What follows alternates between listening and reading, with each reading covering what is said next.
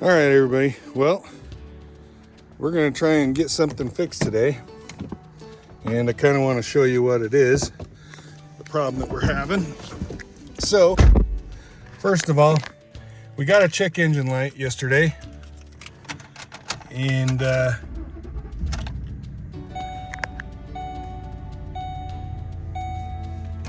you'll see right there, that little bugger. You can see we're at 175,000 miles. We got a check engine light. And out here,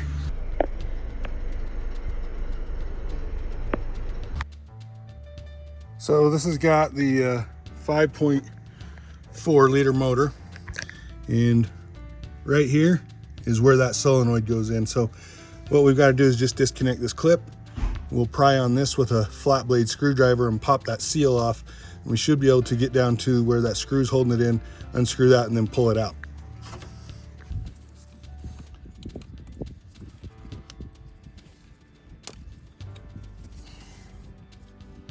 Just pull that guy out of the way, tuck it up here.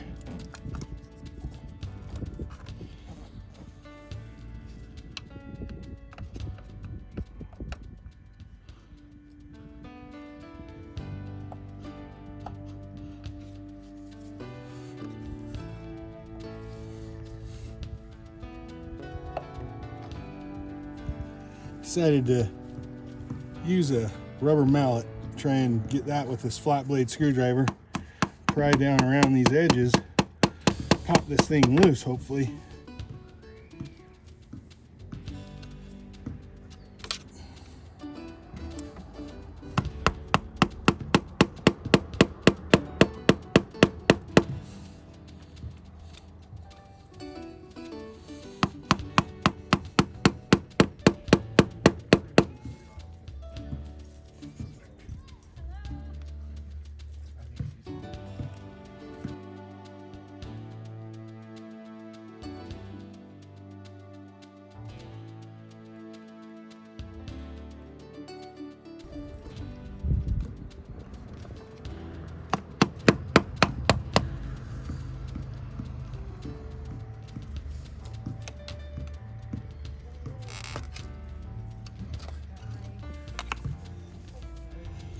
All right, well, looks like we got it off.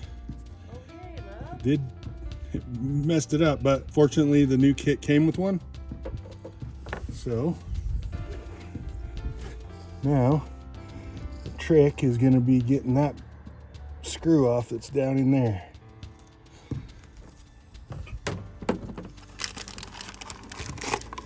We'll compare it to this one. Looks like it's an Allen bolt. You guys can see there. Find the right. It's a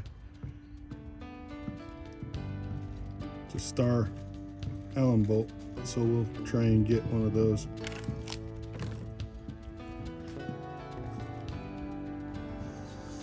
All right. So first of all, I'm not taking any chances here. I'm trying to prevent this little guy. And I have an extension in here. I don't want those to fall off in the process of trying to pull that screw out of there. So this is one of the first precautions I'm going to take. I'm going to let you guys look down in there and see what I'm talking about, the risk that you run. If this falls off, it's going to go right down into your engine. So, all right, obviously we're working right here. There's that sensor. And you guys can see right down in there. There is a screw right there that we've got to get to. If that screw were to follow itself out and then fall down into your engine, that's a problem. And then also if the end of this socket falls off down in there, that's also going to be a problem. So we're trying to prevent either of those from happening.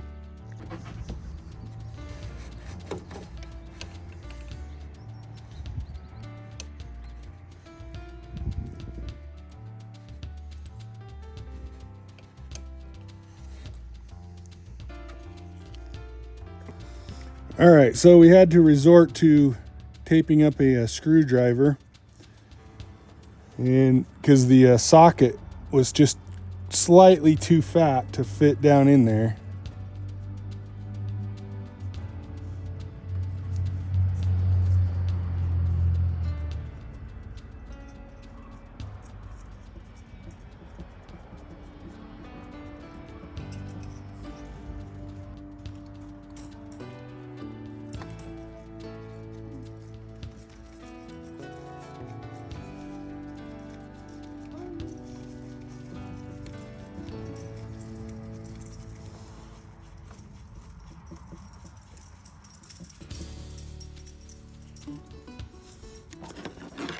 And I'm using this simple set of pliers. Most people will have these probably at home somewhere.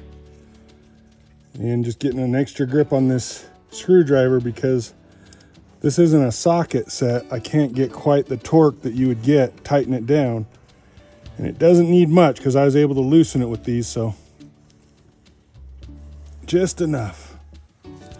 And notice we didn't lose our tip. It's very important that you guys tape this down to whatever extension you're going to use. I used a screwdriver with this extension on it, and I put a little bit of tape over this edge just to make sure that thing didn't fall out as I'm pulling it out. So now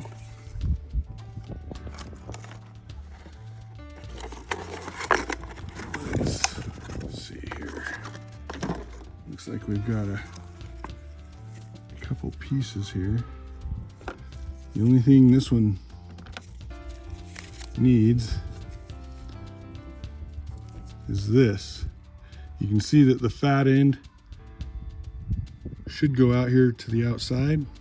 You'll have these little notches that also line up with it, so we should be pretty good, about like that. So we'll try and tap this back in.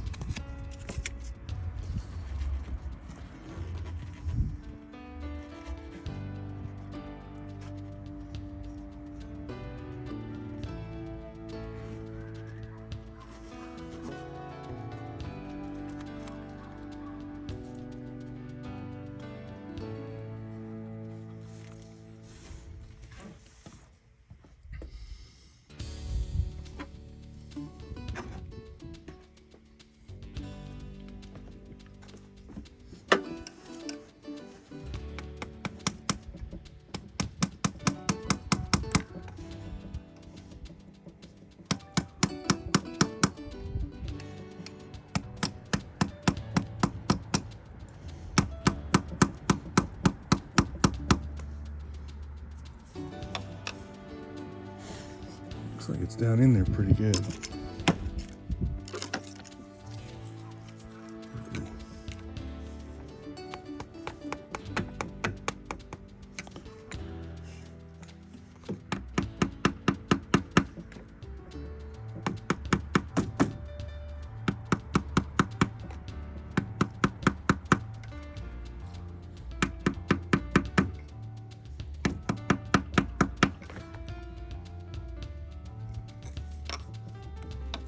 I think that's down in there pretty good.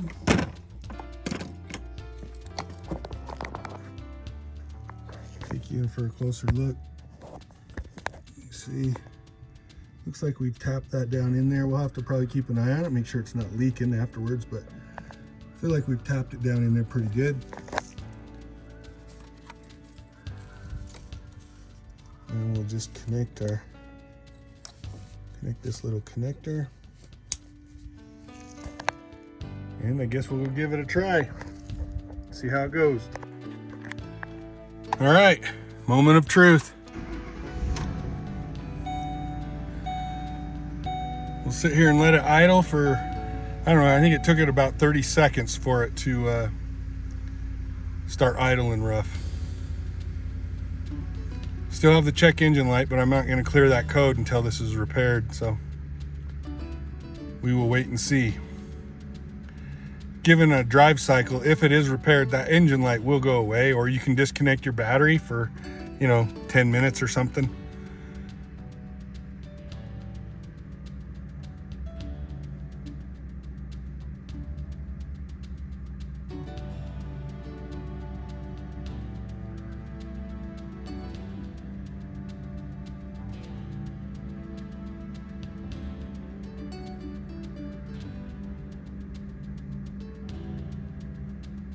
Still nothing. That's good.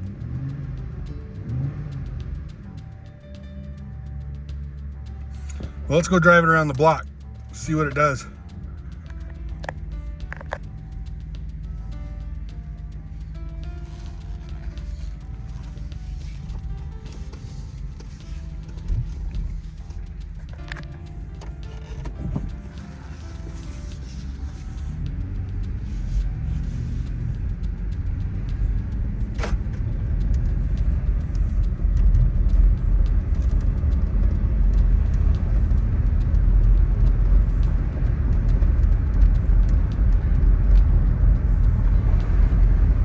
Usually by about right now, it's gone into somewhat of a limp mode where I wouldn't be able to give it any gas.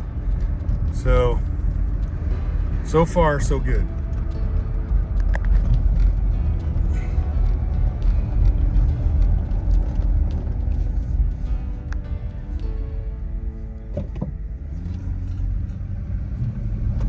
Keep her going. So far so good, guys. See what happens. Take her for a run around the block.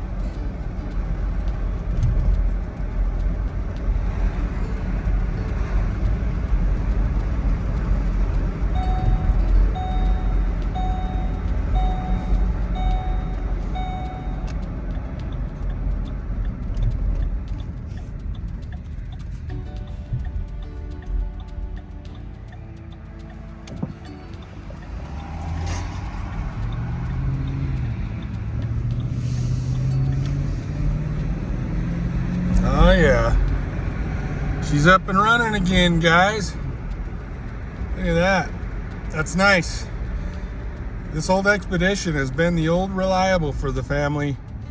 We've been able to keep this thing going with very minimal maintenance so far, just kind of the routine upkeeps, you know, fresh oil, maybe a headlight bulb, a battery now and then.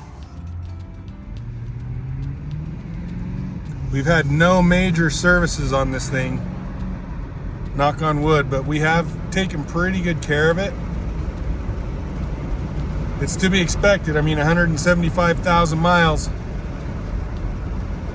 Be prepared to start putting a few dollars into it here and there, but you know what? It's worth it. The cost of these things new is ridiculous. And this thing's pennies on the dollar to keep it running so far. So we've had really good luck with it. I think this is our fourth Expedition maybe in the family. We started buying them new back in '97, and we've had a handful of them now and had really good luck with them. They're great for the family. And again, if you take care of them and don't drive them into the ground, change your oil, for Pete's sake, you'll probably be able to keep these things running pretty good. So that's going to be the end of this video. All right, everybody. Well, that finishes up this video for today. Hopefully this will help you guys change yours out. I couldn't really find any videos that did the same thing. Just some partial videos and some commentary that I was able to read up on to help me understand what this would be. But again, if you're getting the P0012 code, most likely going to be your VVT solenoid. And for us at O'Reilly, it was $65. You can go get the OEM part at Ford. Either way, this fixed our problem for today, and it kept our Expedition on the road. Hopefully it helps you guys. This is it for today. We're wrapping it up. See you on the next one.